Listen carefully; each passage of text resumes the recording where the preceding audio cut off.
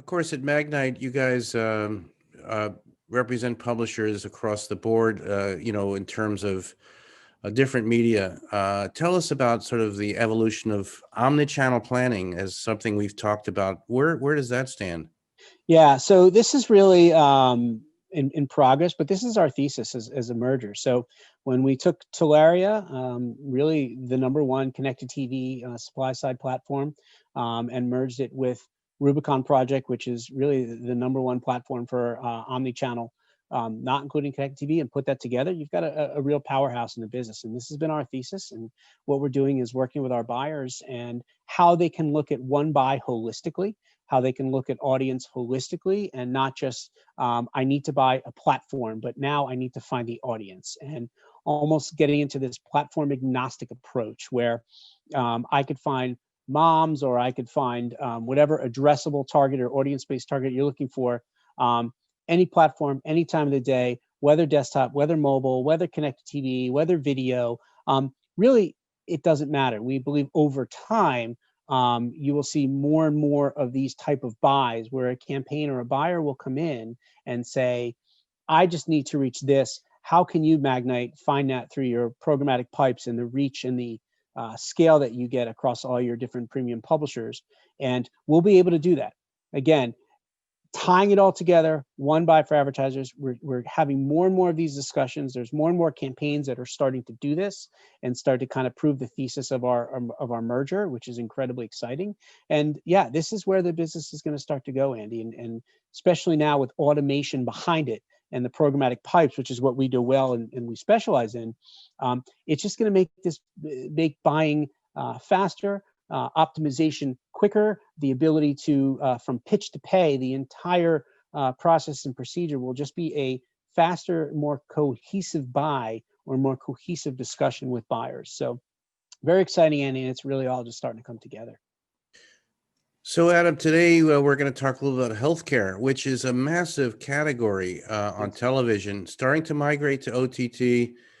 Tell us, what's going on from, the Magnite's perspective in terms of the opportunities for publishers working with brands, pharmaceuticals who have particular needs, objectives, and also certain restrictions around privacy and length and so on. So, give us sort of the overview of pharma coming to OTT. Yeah, so you've hit on quite a few of them in your question, Andy. Look, all sectors, all categories are really starting to get into connected TV, and pharma is a big one that we're excited to see more of that demand come into the space, and more of that demand trying to become not just into CTV or OTT, but also through the programmatic rails. Look, a couple of things that you hit on that is so important about pharmaceutical is privacy is number one, right? Not just from a legal perspective, but also from an ethical aspect as well. And to making sure that we are do right by our clients, which we always do, but pharma in particular, just in terms of the data and the information that it deals with, to just, with kid gloves, to make sure that privacy is compliant and everything is properly seen through. Incredibly important. The length of the spots you mentioned, Andy.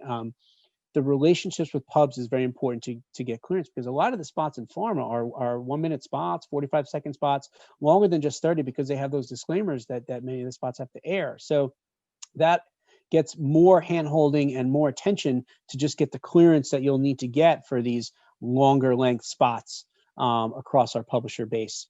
Additionally, the content, dealing with premium, always important. Of course, that's who we deal with mostly, but making sure that the content and the of the ad with the content to the publisher matches appropriately, because again, pharma is so important from a privacy perspective and from the length of spots, and you got to make sure that it matches appropriate with the content itself. And then lastly, of course, scale. With the finite targeting that a lot of these buyers are doing, and really through addressable advertising and doing a one-to-one relationship, scale is incredibly important. And these are very finite targets that a lot of these pharmaceuticals are doing. And of course, you said privacy compliant, but very detailed and needed. So that just makes the addressable aspect of it and be able to have scale so important. And now with connected TV and over the top, and of course bringing omnichannel into play, that just makes the scale so much bigger, where we're such a wonderful partner to work with. So, Adam, could you just explain a little bit about the formats of the spots that you guys are dealing with and the range of media that pharma companies can get, and sort of what works, what flows through the programmatic pipes? Yeah, so pharma companies or DSPs like a DeepIntent can utilize all our different programmatic solutions or publishers for live linear. So the spots that are running within a linear program that you would see on traditional television or CTV, OTT, as well as pre-roll, mid-roll, post-roll. We have desktop, we have display, we have audio, we have digital out of home. Really any outlet that an advertiser is looking for, we can go ahead and provide that to our partners and to the DSPs. So we're a one-stop shop, a one-stop omni-channel solution for these buyers.